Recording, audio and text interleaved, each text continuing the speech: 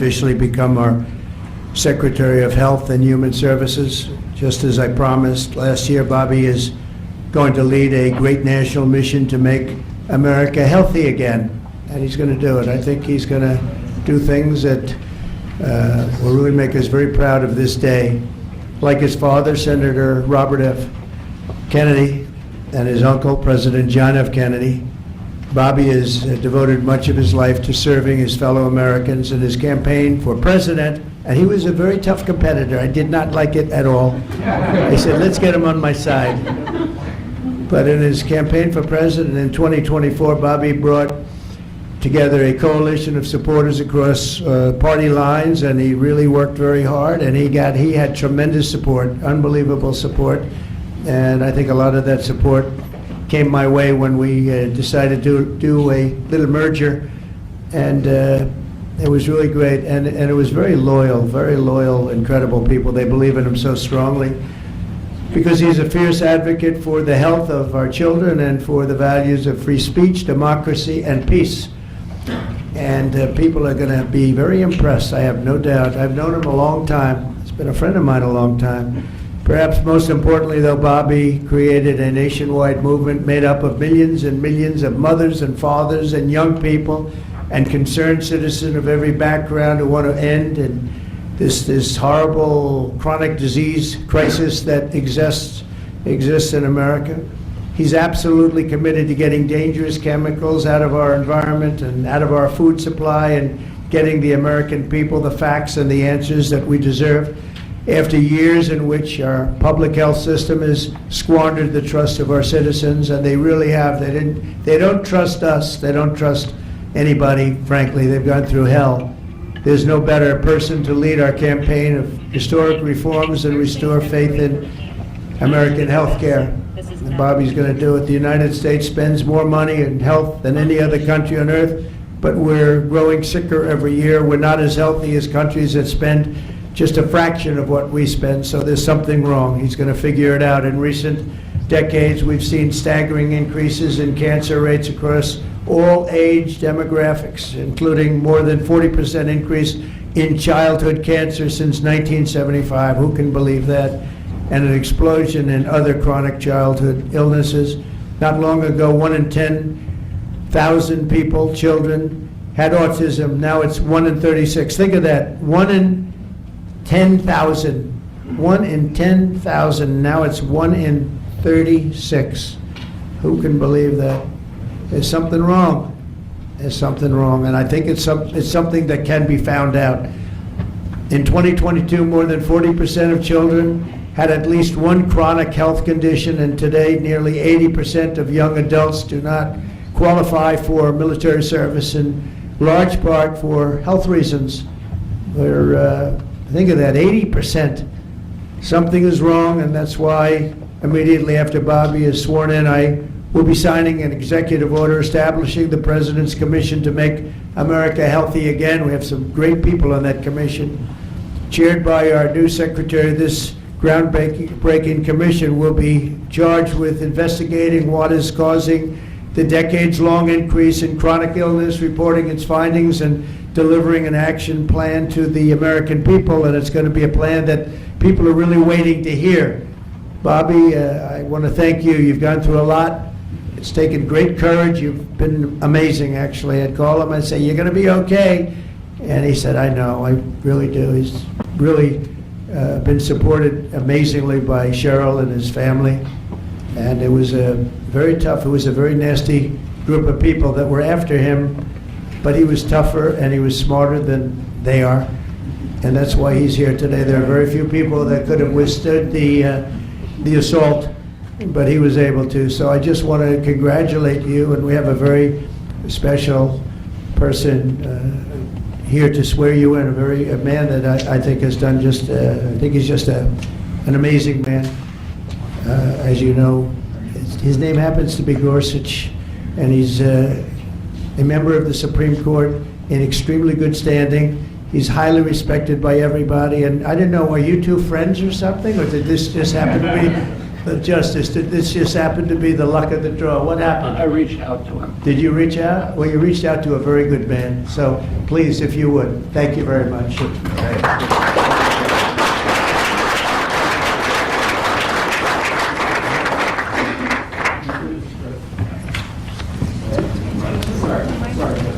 Oh, this has to be done first. We're going to make this a good one, right?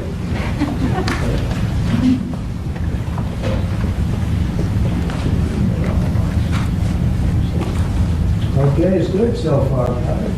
Good. It's a 10.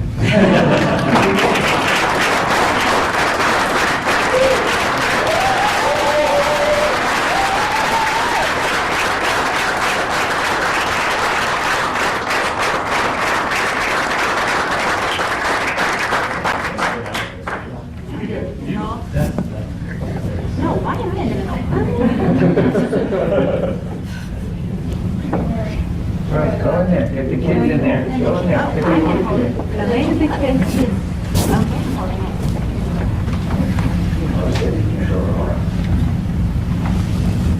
Over here, please. All right.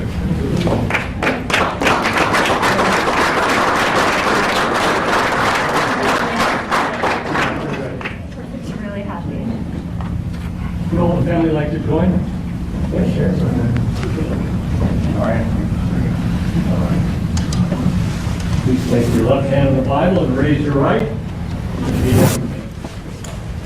I, Robert F. Kennedy Jr., I, Robert F. Kennedy Jr., do solemnly swear do solemnly swear that I will support and defend that I will support and defend the Constitution of the United the States Constitution of the United States against all enemies, against all enemies, foreign and domestic, foreign and domestic, that I will bear true faith and allegiance to the same, that I will bear true faith and allegiance to the same, that I take this obligation freely, that I take this obligation freely without any mental reservation without any mental reservation or purpose of evasion, or purpose of evasion, and that I will well and faithfully discharge and that I will well and faithfully discharge the duties of the office the duties of the office on which I am about to enter. on which I'm about to enter, So help me God. so help me God. Congratulations, Mr. Secretary.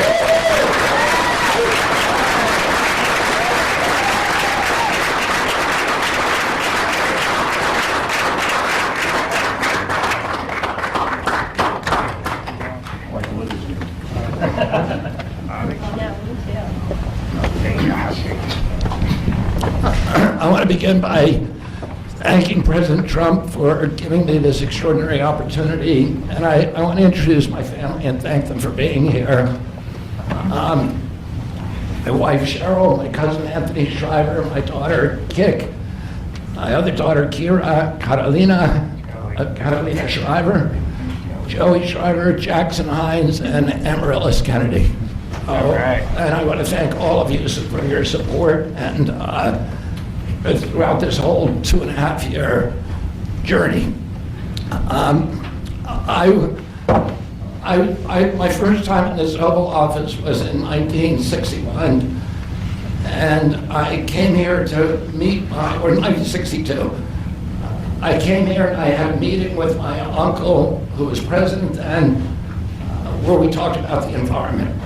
He was involved deeply, as we all know, in restoring physical fitness to this country. He challenged at one point during his administration, he challenged Americans to do a 50-mile walk, which I ultimately did, but I remember the day that my father completed his walk. We were staying up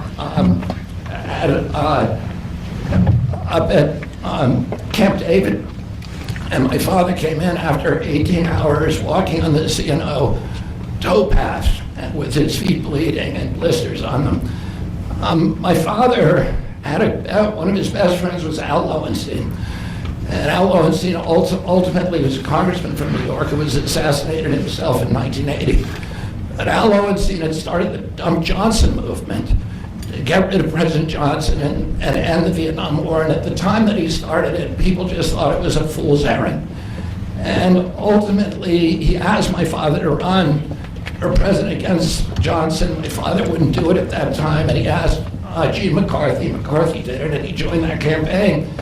And my father ultimately ran, and Johnson then dropped out. So Al Lowenstein succeeded. And although Al Lowenstein was on the other side now, running against my father with Gene McCarthy, my father wrote him a note, a quote from Emerson, where he said, if a single man plant himself firmly on his own ideal and there abide, the whole wide world will come around to him. For 20 years, I've gotten up every morning on my knees and prayed that God would put me in a position where I can end the childhood chronic disease epidemic in this country. On August 23rd of last year, God sent me President Trump. All right. And he gave me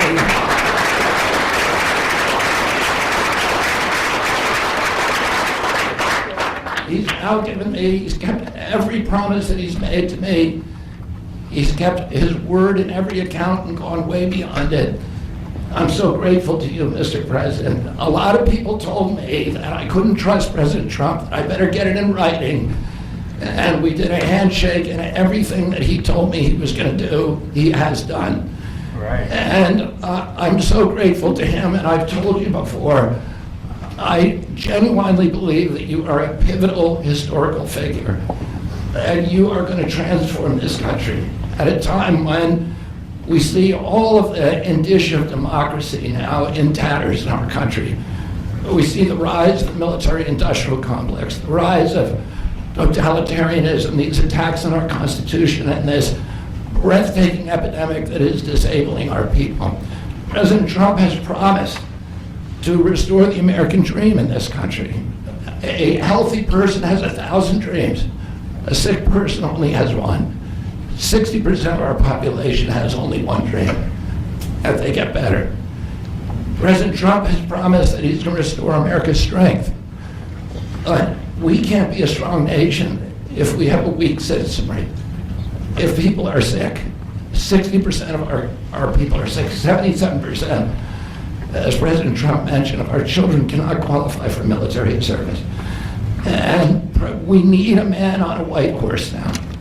We need somebody who is willing to come in and has the spine and the guts and the strength to challenge orthodoxies, to stand in the way of vested interests, and to break institutions that have turned against our democracy. President Trump has shown again and again that he is that hero. And most recently, I greatly appreciate, and I called you the day that you announced the termination of USAID. My uncle started USAID in 1961 for humanitarian purposes, to put our country on the side of the poor. It has been captured by the military-industrial complex. It has become a sinister propagator of totalitarianism and war across the globe. And very few people understand how sinister this agency really is. And President Trump saw that, and he stood up to it with a masterstroke. And we want to do the same thing with the institutions that are stealing the health of our children. We need a revolutionary figure, and you are that figure, and I'm very grateful for you for giving me this opportunity. I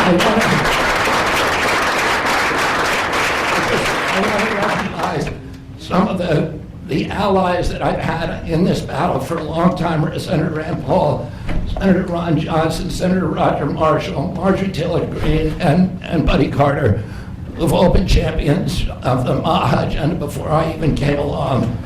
I'm very grateful for you for standing strong. Thank you very much, President.